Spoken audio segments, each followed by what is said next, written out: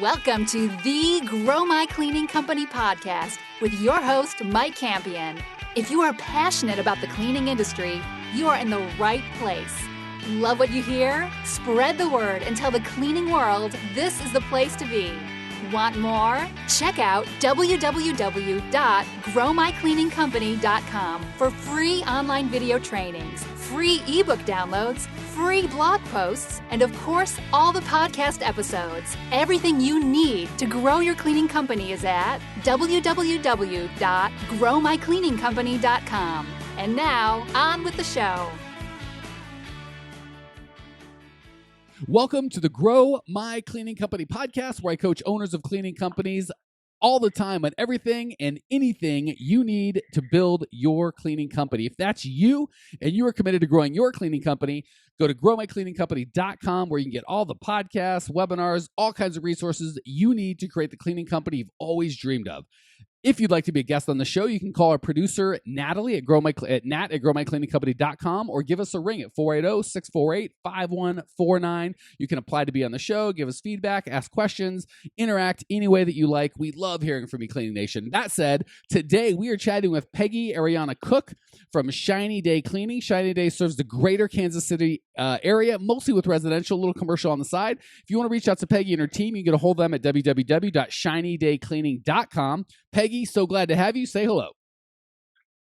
Hi, Cleaning Nation. I'm so excited to be on the show. So thank you for having me, Mike. I appreciate it. I am fired up to have you. We were chatting a little bit beforehand, and I got to be honest, Cleaning Nation, Peggy's got me excited. She's, can't wait to talk to you. But before we jump into your question, I would love to hear, and actually I didn't even get this before. Tell us a little bit about your company. How many employees? How'd you get where you're at? Give us a little bit of the story leading you to here. Yeah, so I actually started cleaning when I was like a child. My mom had a cleaning company since my little sister and I were babies. So she did mostly residential. And as we got older, we would kind of help her with her commercial cleaning, emptying out the trash, that kind of stuff. So it really helped to develop my work ethic.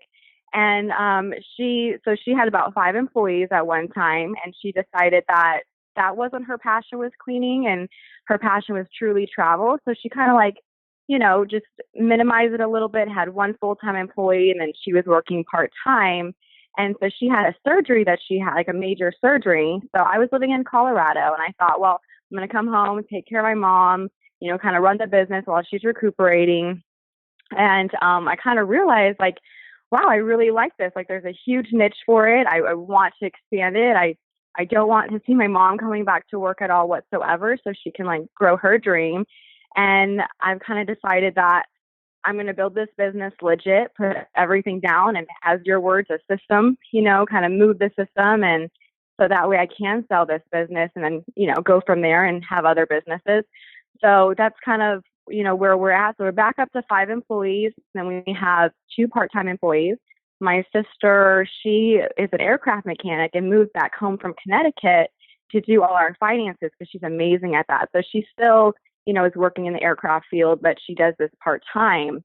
So it's just been amazing. I mean, in 2014 is when we decided that we wanted to, have the legit company. So we called it Shiny Day Cleaning, and we're in the process of becoming incorporated to kind of protect the company. So, here we are, and it's just every single day, it's just getting bigger and bigger. And when I found you about 4 weeks ago, you just, the word system, I was like, that is what I need. So you've helped me leaps and bounds. So I think that's where I was with that. And here I am with listening in your coaching, and it's been phenomenal. So it's been great. Man, that is such a cool story. And before we jump in, I wanted to mention one thing that you brushed over that I think is super important and can bring a lot of value. I love, because my son's now 7. I've got 2. We just adopted a little baby who's 8 months now, and my son's just about 18, awesome. So he's moving out. Yeah, it's so cool. It's so funny to have an 18-year-old and an 8-month-old in the house. But yeah, he was raised being around pretty much any business that I was in. And my first business was a cleaning business. We actually bought before he was born and sold when he was a year old. But so that one, not so much, obviously. But every other business, he grew up around my employees and around, hey, go help Pedro in the shop, who's our, shop manager for the construction company, and at the car dealership, he wasn't above detailing cars. So we kind of always, and that you said, I forget what you said exactly, but you were with your mom and it developed your work ethic. That is so cool. Oh, and yeah. I love the cleaning business because, I've taught my kid nothing other than don't rely on me giving you a bunch of money when I die. You got to go figure this thing out yourself. And he believes that. He knows that because he's worked his whole life on kind of the crappy jobs and he's not afraid of work. And I'm so proud of your mom for giving you that work ethic. And it's so cool to watch that flow through you. And hopefully you're going to be that with your kids and your employees. So I love that. That's such a cool added benefit of owning a cleaning company. Not only can it provide financial security for you and your family, like for you, both of your family, right? Any kids that you have as well as your mom. I love that you're kind of exactly. But the work ethic. So and I love that your mom instilled that in you, and now it's coming back to bless her. So that's probably the coolest thing I've heard in quite a while. So thank you for sharing. Yeah, because when you're in like that lower work, sometimes it can kind of like hit your self-esteem. Like here I am cleaning people's toilets, but the funny thing is like it makes me proud because I'm cleaning their toilets and my mortgage may be more than the people when I'm cleaning their toilets. You know what I mean? Yeah. It does. It really helps. So I'm so thankful for everything that she's done. Absolutely. Yeah, and that's cool because, I'm guessing as a kid, you weren't as delightful as you are now. And you're like, come on, Mom, I want to go play with my friend. You weren't excited, but looking back. Yes. I mean, I've cleaned houses where I go to school with people. I'm like, Mom, I'm not going upstairs to their bedroom. I'm going to go clean the kitchen. Don't see me. That is. But yeah, I get it now. Man, I'm old, but I still remember what it was like being a high school. And I was never a high school girl, but I can kind of, imagine. And that would be more, I could see where that would be absolutely mortifying. Yeah. I was hiding. Yeah, but you didn't drop dead and you're stronger and better for it. And now you can abuse your kids the same way. Oh, yeah. Absolutely. Absolutely. All right. Well, that was awesome. Thank you for sharing that. Hopefully that'll give some encouragement because that's one thing I always want to encourage my people on. I remember when I was young and dumb, a lot of my clients were older and smarter than I was. But when I had my company, I was a little bit like, when people asked what I did, I was super proud to go, I own a company, right? That was to me the most important, impressive thing I could say. But I always felt like, but it's a cleaning company. Like it was a little embarrassing. But I wish looking back, I could coach myself because it's like, you know what? It's honest work. It's good work. It could be extremely profitable work. Like I said, my buddy Rich, who I've had on the show, he's got like an $8 million company or whatever. So I always coach people like it's honest work. It's good work. I'd rather see you own a cleaning company than a strip club or deal drugs. There's all sorts of other things that are way less honorable. There's nothing shameful about providing a service that people need. Hey, and there's no school loans along with it. That's all I'm saying. Gosh. It's really, I think now I'm super proud of it. Meet new people. This is what I do. I love it. I mean, it's great. Yeah, I start from nothing and go ahead. I was just saying, as you said, you're super proud of it. I'm like, as you should be. It's a nothing wrong with this. Not only nothing wrong, it's a solid business. And, I don't want to get on a rant, but you can't outsource it, right? There's never going to be foreigners doing it cheaper. And if they are, they're physically here. They're not doing it cheaper from India. I can assure you that. It's recurring revenue. The plane tickets are going to be astronomical. Yeah. Yeah, they could figure that one out. For sure. We all retire. All right. That said, let's jump in. I feel like we've ranted too much. Let's jump in and actually give you some dang value. How can I help you and your awesome company today? Okay, so the problem that I'm encountering is when, employees call in like last minute or their son, they're sick and they can't make it to work. Normally I can, move the schedule around, get really flexible, have somebody fill the spot. Then there's those cases where, a tenant's moving in the next day or somebody has a dinner party that night and we're completely booked. And I find myself having to completely cancel my work at the office and going in to kind of put out that fire. So I really want, like, if there's a fire, okay, I want to be able to call the fire truck. So I just want to know what kind of system that you have in place that I could utilize to make sure that never happens again. Okay, so you want to be able to call the fire truck and have your cell phone not ring and be like, oh, crap, that's me. I got Right. I don't want to jump into the fire truck and go with them. You know what I mean? For sure. I want to stay where I'm at. All right. That is such a good question. And I have a feeling this is going to be one of the more popular episodes. A, your personality is fantastic. And B, that question's awesome. So let's jump in because I've got so many things to give you that I think will help, not just in this area, but really in the mindset of how should I look at running a cleaning business. First and foremost, Fantastic.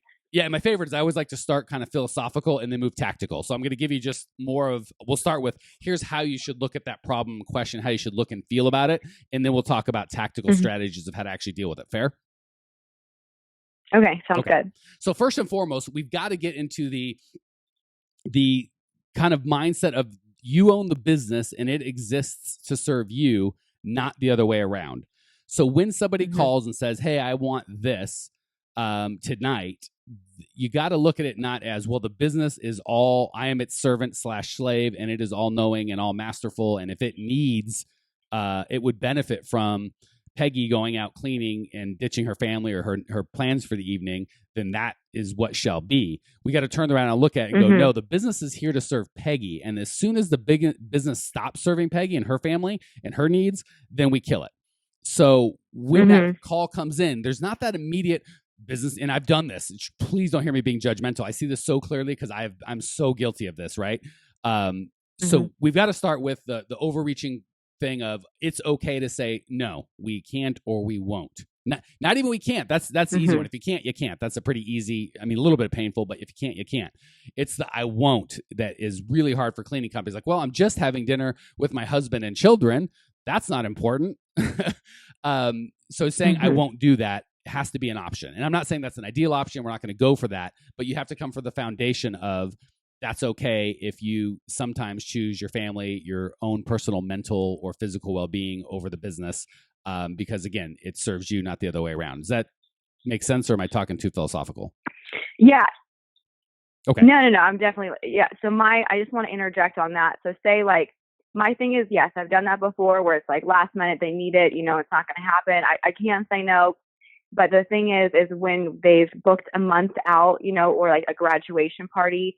So we already have them on the books. We've already given that, their carpet cleaners are coming in the next day and they've worked us around that day. And I can't at that moment, what would you do to make sure that customer? Yeah, I was only talking about, I promise we're going to get to that. That's the tactical piece. So the first piece is just the ability to say no. And I've done this on a couple of recent episodes, guys and gals going, I've got to get out of cleaning myself and have only cleaners clean, which is kind of a variation on what you're asking. How do I not clean an emergency? The big thing is just saying no. And even if, this is so hard as a business person, even if you said you would a month ago, and you can't, I'm a big thing about not breaking my word. So if you gave your word, that's a little bit different in that case. And I promise we're going to get to the tactical of how to actually fix this. You're like, don't tell me how to get out of it. Tell me how to do that. We're going to do that. I just want to give you one quick thing before that. I would ask permission to get out. Like if I had an important dinner or with my wife, or I was going to one of my kids' thing and something happened, I would say, man, I gave you my word. The only way this is going to happen is if I physically come out there and do it myself. Since I gave you my word, I'll do that. But I would really like it if, could I give you a gift certificate and do it tomorrow? Or I'd call another cleaning company and just pay them all of the money or even more of the money than I even received, to be able to keep my life sanity and my word. Okay. So again, that's the way I'm not saying that's what you should do every time. I'm just saying that's the way you should look at it is elevate the importance of your sanity. And again, you got to keep your word. If you said you're going to do something, I'll kill myself before I say, hey, I know I said I would, but tough cheese ain't going to happen. Right. But start opening up. There's other ways. Like you also gave your word to your family, right? I'm going to be here. And not doing that, that's still breaking your word. So you got to look at it differently. All right, enough of that. Let's talk about how to actually fix it. The first thing is we're so silly. We treat it as a surprise almost every time. Like I planned for one person to go and they didn't show up and I have no plan B. How could I have ever foreseen this? Well, it happened 19 times in the last 6 months. Maybe one of those times we could have made a plan C or D. Yeah. So first of all, you got to have a plan B, C, and D. So I would have, and again, the cool thing is there's 2 ways to do this. If you gave your word, we'll just go to plan B, C, or D. If it's a last minute emergency, you still have a plan B, C, or D, but you've got a bigger budget because you tell them, hey, you want someone to come out in 3 hours and spend 9 hours of time and you have no appointment or no nothing. That's not the regular rate, my friend. That's much more expensive. So when they're willing to pay you more, you can pay other people more, and all of a sudden that opens up more opportunity for you, right? So the first thing is have a system. So you're not there's a system for putting out a fire. You're not just going, should I get a blanket and wave it at the fire? Should I try and buy a fire hydrant or a fire extinguisher? Should I try and use water? You've got a system. You've thought it through in advance. So instead of you trying to figure it out on the spur under a tremendous amount of stress, you've already thought it through. You've already written it down. You just open the book and go, oh, when this happens, we do this. So that's the big thing, right? Like, we're not going to just kind of make it up as we go. We know how to put out fires, and we have people at the ready to put those fires out. Cool? Okay. So Yeah, the way definitely. we're going to do that is, first of all, charge enough. And you might just have 2 or 3 maid services that you are friendly with, that when they have overflow, they call you and they pay you well for it, and vice versa. So you don't have to have 100 people at the ready. I like it. That's the first thing. Second thing is, you tell your people, hey, when you go to them and go, hey, I know you just worked or you wanted tonight off or whatever, but that was at $10 an hour. This job pays $17 an hour. All of a sudden, things magically change. It's like, whoa, wait, hold on. Yeah, I'm in. And numbers, yep. you get that money from the people. You charge them. Hey, our regular rate's $40 an hour. This is $60 an hour. Like, this is emergency stuff. That's the first thing. So that's how you kind of handle the last minute stuff. Now let's talk about probably the more common. It's not last minute. Just the last minute thing was some employee screwed me and I don't know what to do, right? Like, so you can't charge extra. Yeah. So the way we handle that is a couple things. First of all, I always have 2-person teams. And again, I know that there are people out there that have made money with 1-person teams. I'm not that guy. I hate 1-person teams. If someone steals, there's no accountability. If someone doesn't show up, you're screwed. There's just nothing. So if you have a 2-person team, you've got built in when person 1 doesn't show up, guess what? Person 2 goes. That's done, right? It's handled. So are you right now working with 1-person or 2-person teams? We actually do both. Normally, if it's like a smaller house, just depending on how it goes. If it's, 2 people in and out, I just feel like the drive time also doesn't even equal out if you have constantly you 2 can always teams, fix but I that kind of with like money. where you're going. You can always, so first of all, this is systems, right? So you don't have a system. Your system is you make the decision every minute, every job. Do we do 1 or 2? Don't do that. The system is we have 2 people. And when you do your pricing, you just charge accordingly, because guess who benefits from 2 people? The customer does, right? There's same benefits that you get. No stealing, accountability. If someone doesn't show, you're still covered. All that's good. And people get pissy when you change cleaners on them. If you only have 1 cleaner and that cleaner quits and you put a new cleaner in, you can lose the account. If you have 2 people and 1 person quits and you have a new person, but the other person that they're still familiar with is there, you're less likely to lose it. So there's a dozen benefits of 2 people cleaning, and it well outweighs I got to pay an extra $4 a day in travel or whatever the case may be. Nice. Okay. Yeah, so always 2-person cleaners. Period. There's just so many benefits. You'll just see, like, we don't even have 1-person teams, just person team. The only time we have 1-person teams is when in a 2-person team, 1 person doesn't show up. That's that. Okay. I like it. So that's and I've got 3 lines of defense. That's just 1. It gets better. Defense number 2, and this probably happens better when you get to about 10 or 12 people, you hire a floater. The new guy is always the floater. He's always going to he's just there in case somebody doesn't show up, or she. And if somebody doesn't show up, they jump into that, because as you start getting larger, the likely, 10% of the time some people's not showing up and you've got 10 employees, you've always got somebody not showing up. So you plan on that person. And if and when everyone shows up and everything works perfect, you're fine because you got extra labor. You can tell that guy or gal, hey, would you like the night off, or would you like to go do a third thing, or you can have them start hanging flyers. There's all sorts of stuff that you can do. But so again, we're planning it. So the first plan is we have 2 people. So when 1 quits or not quits or doesn't show up, it's fine. We got a second. Second thing is we got a floater. So when someone quits, that floater just flies right in. And now the new guy, instead of filling that second spot a week later, and that there's all sorts of chaos, he fills the floater spot. Does that make sense?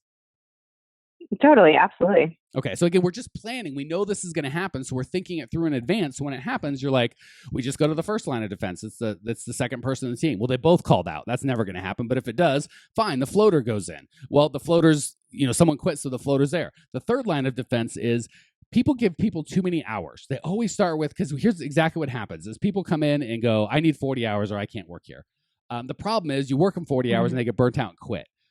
And also it creates a culture of, you're always begging them, I really need help. Somebody didn't show up. Could you please work? But they've got 37 hours this week and they're already exhausted because it's too many hours. You give them 20, and so you're constantly begging people to work, which is not where you want to be. You can flip that script just by saying everybody gets 20 to 25 hours. I need 40. That's fine. You have to earn it. You can't get 40 your first 3 months. You have to start with 20 or 25. And if you've been here 3 months with no calls, no shows, no lates, and no complaints, you can move up to 25 to 30. And if you do that for 6 months, so they have to kind of earn their way up. That does a couple things. One, so when someone doesn't show up, the guy that's only got 20 hours and he's begging for more, now instead of you going, Susan, I need a huge favor. I know you're exhausted. I know you've already worked 7 hours today and your body's killing you. Can you go do another 3 houses? she's just going to want to wring your neck. That switches from, hey, Susan, you've been begging for hours, and I told you that you'd have to earn your way up. You've done a really good job the last couple of weeks. Bob didn't show. Here's your opportunity for those extra hours. Do you see how that's a whole different conversation? Absolutely. Yeah. Yeah. So those are your 3 layers. Yeah. Go with 2 people, have a floater when you get big enough, and not cut everyone's hour, but keep everyone's hours short so they want more hours. You're not burning them. And that works other ways, right? It's not just for this. I'm telling you, 40 hours, 35 hours in cleaning burns people out. 20, 25 hours a week, you'll keep people longer. 1 in 10 will ever make it to that 40-hour week where you trust them with that. And those are great, but they're unicorns. Most people will just get burnt out, and they say, I need this money. I got to work. Definitely. Yeah. But as soon as you give them that hours, they quit. They get burnt out. Okay. I have ranted for way too long. Hopefully that was any questions or comments or thoughts before we move on to the lightning round? Sure. I love the rants, but yes, let's do lightning round.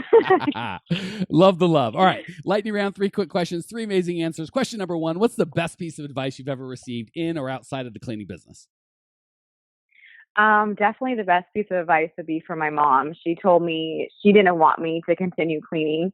And after I helped her after her surgery and I went back home, she said, don't ever pick up another cleaning bucket again.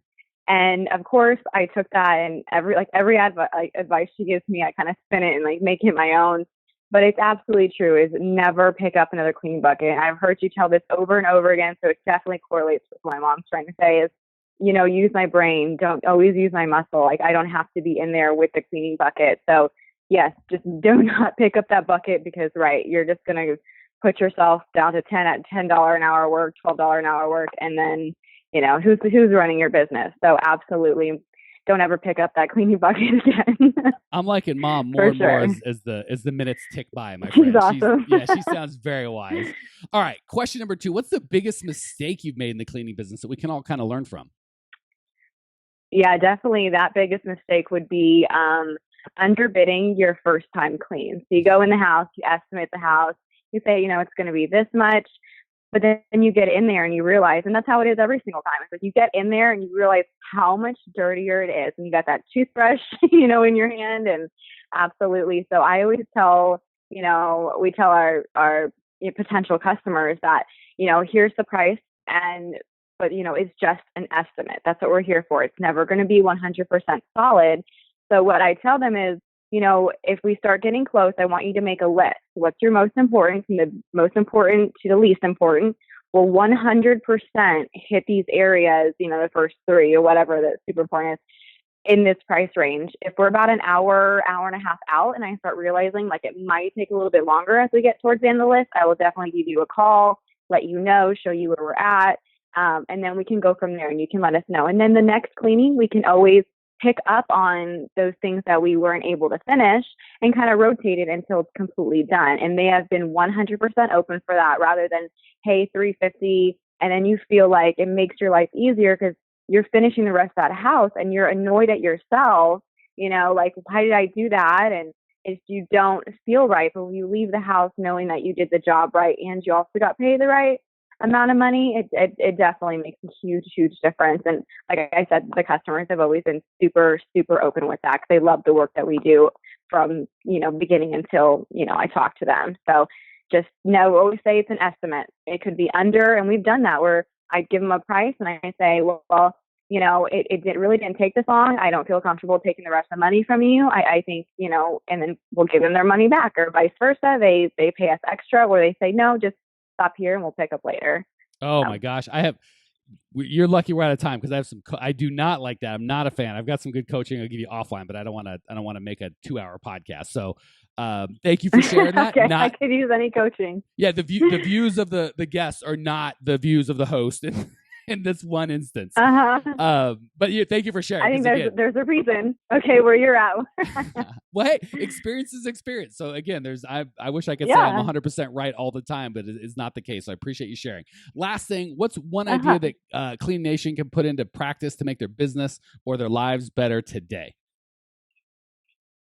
Definitely. I feel like constantly, if you can do office work and you can constantly do some sort of marketing, that's something I've definitely been into. I've had a website, a Facebook. I've noticed that, when I have to start putting out those fires, those things go to the back burner. So 100%, if you can listen to the system, that Mike has in place. I mean, these systems are fantastic. I've never had this type of coaching. I mean, all of my customer service backgrounds, I've always had strict coaching, and I love it. And so this is definitely, just do anything you can to constantly grow your business 100%.